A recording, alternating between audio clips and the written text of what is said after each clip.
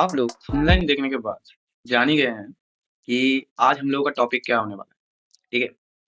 आज बेसिकली हम computer science student लोगों का 2 इम्पोर्टेंट सब्जेक्ट जिसके ऊपर एक खुद एक करियर है वो, ठीक है? खुद एक करियर है, डीएसए एंड डीएए ये खुद में एक करियर है सर। अगर कोई इसको ढंग से कर पाए, इसको अगर अगर क्रिस्टल क्लियर कोई बना लिए इस टॉपिक दोनों टॉपिक को, देन उसको कोई इंटरव्यूअर रोक नहीं सकता। उसको कोई प्रॉब्लम सॉल्विंग लॉजिक या प्रॉब्लम कोई कंप्यूटेशनल प्रॉब्लम उसको रोक नहीं सकता, ठीक है? बेसिकली लॉजिक को बिल्ड करने के लिए एक efficient and logical mind setup खुद के अंदर तैयार करने के लिए हम लोग डीएसए एंड डीएए को पढ़ते हैं सर।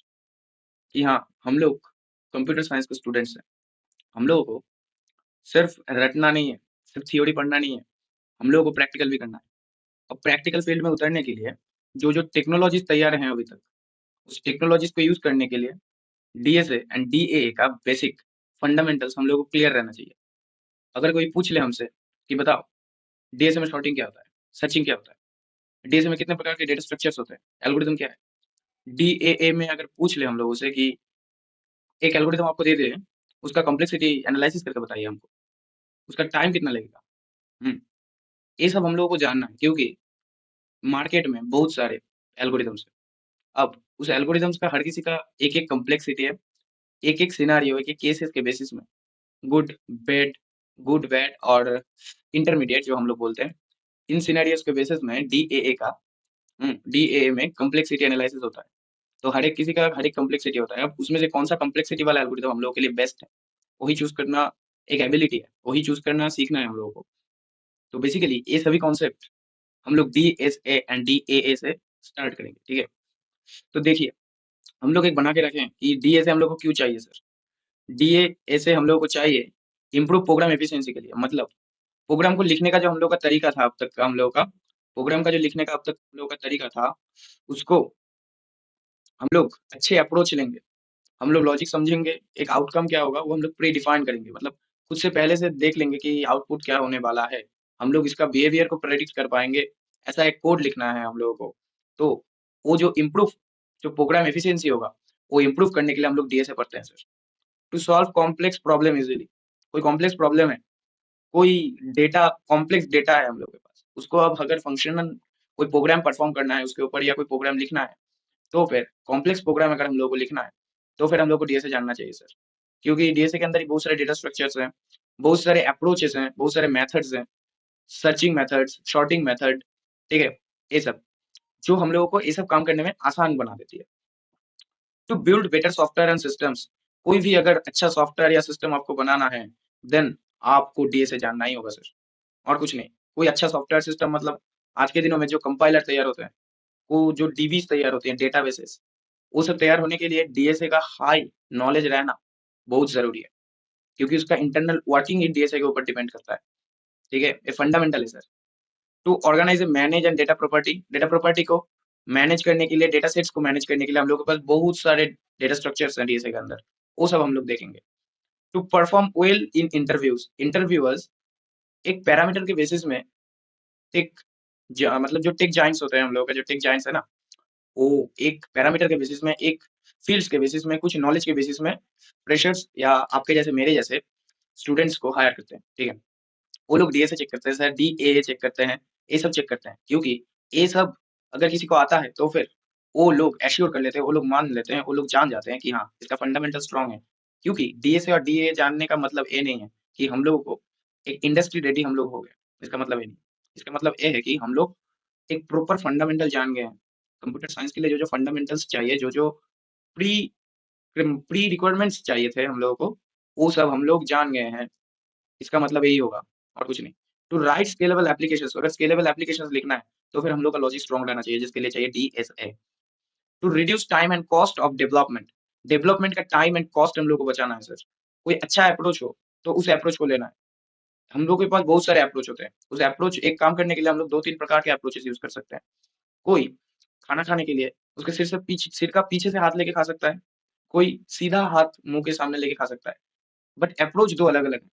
किसी टाइम में हाथ पीछे से, सिर के पीछे से लेके भी खाना पड़ सकता है आपको, ठीक है? ऐसे करके हम लोग अप्रोच लेते हैं। और कुछ नहीं। अब अगर अब अगर डीएसए ये सब काम करता है सर, तो फिर डीएए काम क्या करता है? बेसिकली एक चीज़ बताया नहीं, ये जो हम लोगों का डीएसए है, डीएसए का फुल फॉर्म है data structure and algorithms. Algorithms क्या होते हैं सर? एल्गोरिदम्स होते हैं बेसिकली प्रोग्राम्स जो कोई पर्टिकुलर टास्क परफॉर्म करता है, कोई लॉजिकल ऑपरेशन परफॉर्म करता है। ठीक है? यही, और कुछ नहीं। अब देखिए सर, अभी तो फिर हम लोग जान चुके हैं कि डीएसए किस काम में आते हैं। ठीक है? अभी देखते हैं सर डीएए क्या काम में आते हैं। डीएए का फुल फॉर्म है data structure algorithm and analysis. ठीक है? Data structure algorithm and analysis मतलब डेटा स्ट्रक्चर का जो एल्गोरिदम होगा हम लोगों का, उसका एनालिसिस उसका हम लोग इधर कॉम्प्लेक्सिटी को भी निकालते हैं सर। कॉम्प्लेक्सिटी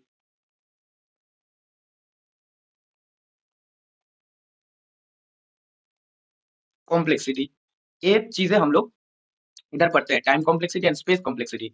मतलब देखिए, हम लोग ऐसे तो मेजर नहीं कर सकते ना। अगर आपके सामने एक क्वेश्चन दिया जाए कि बोलिए सर कि आपका दोस्त के घर पे इंटरनेट खत्म हो चुका है। ठीक है? या आज का जो रिचार्ज था वो खत्म हो चुका है उसका, आज का जो प्लान था, आज का जो लिमिट था वो खत्म हो चुका है। अब आपको कोई मूवी लेना है उससे, ठीक है? कोई एक फ़िल्म लेना है। अब उसके पास तो इंटरनेट नहीं है, वो इंटरनेट के थ्रू अगर शेयर भी कर सकता, अभी नहीं कर सकता वो, क्योंकि इंटरनेट नहीं है उसके पास। ठीक है? अब हम लोग मेज़र कैसे अगर अब हमको खुद से फिज़िकली जाना पड़ेगा उसके पास, पेन ड्राइव लेके, वो हमको फिज़िकली वो स्टोर करके देगा, हम आ जाएँगे। आप आसानी से अभी बता पाएँगे कि एग्ज़ैक्टली कितना टाइम लगेगा, ठीक है? आप आसानी से बता पाएँगे कि एग्ज़ैक्टली कितना टाइम लगेगा, उस टास्क को कंप्लीट होने में। मतलब आपको सिनेमा मिलने के बाद, सिनेमा आप पेन ड्राइव में डाउनलोड करने के बाद, ठीक है? सिनेमा आप पेन ड्राइव में डाउनलोड करने के बाद आप आप घर तक जब पहुँच गए, वो एक टाइम आप कैलकुलेट कर लिए कि हाँ, हम हमको एप्रॉक्स 2 घंटा टाइम लगा, ठीक है? गुड। बट अगर इंटरनेट एक्सेस रहता या कोई सॉफ्टवेयर कंप्यूटेशन या सॉफ्टवेयर इन्वॉल्वमेंट रहता इसके बीच में, तो फिर आप क्या बता पाते? एक टाइम प्रेडिक्ट कर पाते?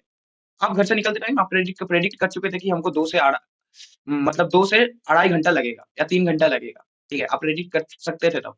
इस टाइम में आप प्रेडिक्ट कैसे करेंगे जब इंटरनेट के थ्रू वो ट्रैवल करेगा या कोई सॉफ्टवेयर कंप्यूटेशन हो रहा है बीच में, ऐसा कोई एल्गोरिदम काम कर रहा है बीच में, तो फिर आप उसको कैसे कैलकुलेट करेंगे? या तो आप कोई सिस्टम ऐसा डिज़ाइन कर रहे हैं, तो फिर आपके सामने 3 एल्गोरिदम रखा हुआ है, तीनों का काम एक ही है, सेम आउटपुट जनरेट करते हैं। बट आपके सिनेरियोज़ के बेसिस में कि आपको फर्स्ट डिलीवरी चाहिए, उस फर्स्ट डिलीवरी जो क्राइटेरिया है, उस क्राइटेरिया के बेसिस में हम लोग एक एनालिसिस करते हैं। कॉम्प्लेक्सिटी एनालिसिस करते हैं। हुँ, कुछ नोटेशंस यूज़ करते हैं, उस नोटेशंस को देख के हम लोग जान जाते हैं कि अच्छा इसका कॉम्प्लेक्सिटी ये है, इसका टाइम कंज्यूमिंग जो क्राइटेरिया है, जो फैक्टर्स है, वो ए है।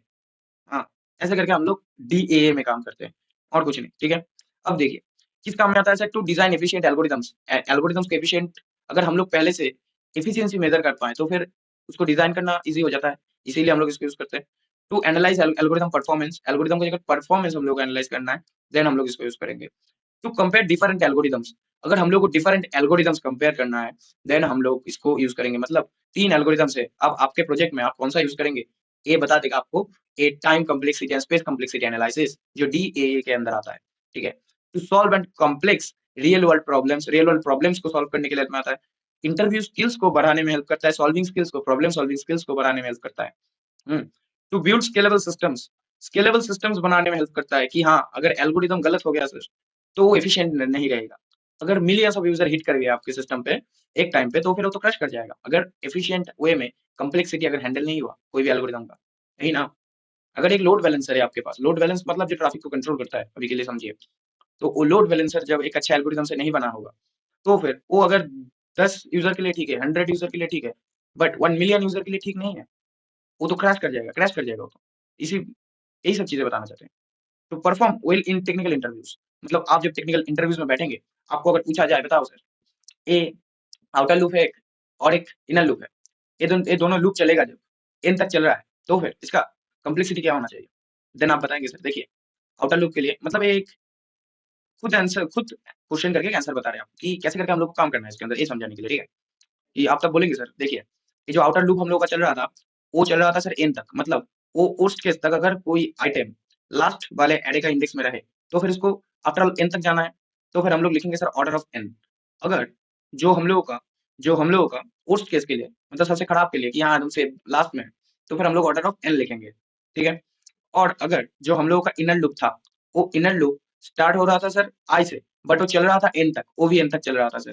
मतलब उसका भी जो टाइम कॉम्प्लेक्सिटी होगा वो वर्स्ट केस में ऑर्डर ऑफ एन हो जाएगा। देन हम लोग बोल सकते हैं कि इसका जो ओवरऑल पूरा कॉम्प्लेक्सिटी है, टाइम कॉम्प्लेक्सिटी, वो है ऑर्डर ऑफ एन स्क्वायर ऐसे करके। और इसका स्पेस कॉम्प्लेक्सिटी सर, अगर कोई स्पेस अगर ऑक्यूपाई कर रहा है मेमोरी में, ठीक है, कंटिन्यूअसली, तो फिर वो कंसीडर किया जाएगा। अदरवाइज कोई वेरिएबल के लिए हम लोग कंसीडर नहीं करते, उसको कांस्टेंट पकड़ लेते हैं, तो फिर हम लोग ऑर्डर ऑफ वन दे देते हैं स्पेस कॉम्प्लेक्सिटी। ऐसे ही करके ऐसे ही करके हम लोग को एनालिसिस करना है एग्जैक्टली। तो देखिए, मोटा-मोटा आपको एक अंडरस्टैंडिंग मिल गई कि एग्ज़ैक्टली हम लोगों को डीएए और डीएसए में कैसे करके काम करना है, ठीक है? कैसे करके काम करना है और क्या-क्या प्रॉपर्टीज़, क्या-क्या फ़ील्ड्स होते हैं। किस-किस के लिए, किस-किस मामलों के लिए हम लोगों को चाहिए DAA, data structure and algorithms, और डीएसए मतलब डेटा स्ट्रक्चर एंड एल्गोरिदम्स, और डीएए मतलब data structure, algorithms and analysis, okay? इसी के मामले में। तो चलिए, टाइम वेस्ट ना करते हुए मिलते हैं नेक्स्ट वीडियो